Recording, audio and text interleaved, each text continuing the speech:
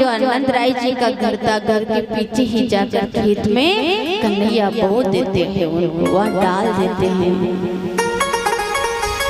अब नंद राय जी वहाँ पर आते हैं और देखते हैं कि एक गोमछा था जो उनको खाली दिखाई देता है। तो वह द्वारपाल थे, उन सबसे पूछते हैं कि यहाँ कोई आया था, लेकिन नंद बाबा को याद आता है कि घर में ही चोर है तो और को पूछने कहा जाऊं। कन्हैया को बुलाया जाता है, बलराम जी को बुलाया जाता है कि बोले तुमने इनमें से थोड़े कुछ सोने चांदी के जवाहरात उठाए थे, ये खाली कैसे हैं? इतने में कन्हैया कहता है कि हाँ बाबा, मैंने थोड़े से उठाए थे। नंद बाबा ने सोचा कि आज तो सच्ची ही बोल दिया, बोले कि मैंने ही इसमें से उठाए हैं। नंद बाबा पूछते हैं कि अगर आपने इसमें से उठा भी लिए, चलो कोई बात नहीं, लेकिन करे क्या उनका? तो कहते हैं कि बाबा, मैंने जो घर के पीछे ही खेत में बो दिया है, और अब तो बहुत बड़े बड़े पेड़ भी हो गए होंगे। नंद बाबा ने सोचा कि ऐसा भी होता है क्या कि पेड़ ही हो गए होंगे बड़े बड़े। नंद बाबा वहां पर जाते हैं, जाकर देखते हैं तो साक्षात भगवान की ऐसी कृपा होती है कि वहाँ खेत में ऐसे ही डाले जाते हैं और साक्षात वहां पर बड़े बड़े पेड़ हो जाते हैं और उन पर ऐसे जैसे कोई अंगूर आ रहे हैं इस तरह से। और वहां से 108 गोमछे तैयार किए जाते हैं और उधर वर्ष बानु जी के वहां तक पहुंचाए जाते हैं। और उधर जैसे ही राधा रानी देखती है तो बड़ी प्रसन्न होती है कि ये अच्छा हुआ, हो सकता है कि नंद बाबा सगाई के लिए मान गए और अब सारी लड़ाई खत्म हो जाएगी। कन्हैया जो मुझसे नाराज है वो भी ठीक हो जाएंगे।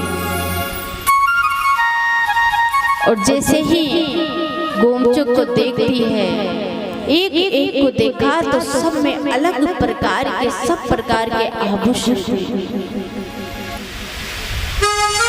तो राधा सोच रही कि जरूर कन्हैया ये मुझे दिखाने के लिए भेजे हैं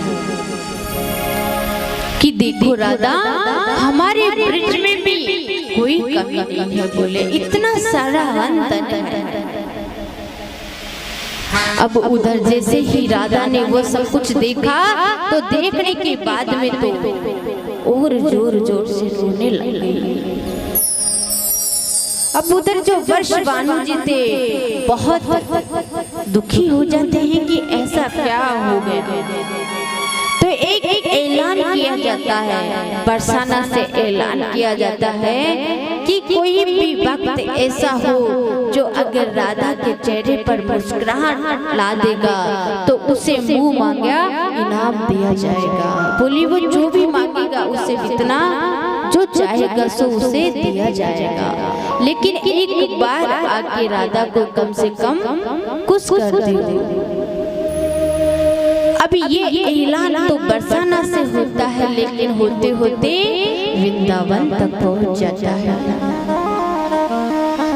और जैसे ही वृंदावन तक पहुंचता है तो उधर कन्हैया को पता चलता है कि राधा रानी नाराज है, बहुत दुखी है। हो सकता है वो रास की उसी बात को लेकर भी अभी तक वही गुस्से में है, इसलिए ही रो रही है, इसलिए दुखी हो रही है। अब प्रेम तो था ही सही, आपस में गुस्सा अपनी जगह था। तो भगवान खुद साक्षात स्त्री का वेश बनाते हैं और बरसाना में शामिल हो जाते हैं और चूड़ी बेचने के लिए बरसाना में आ जाते हैं।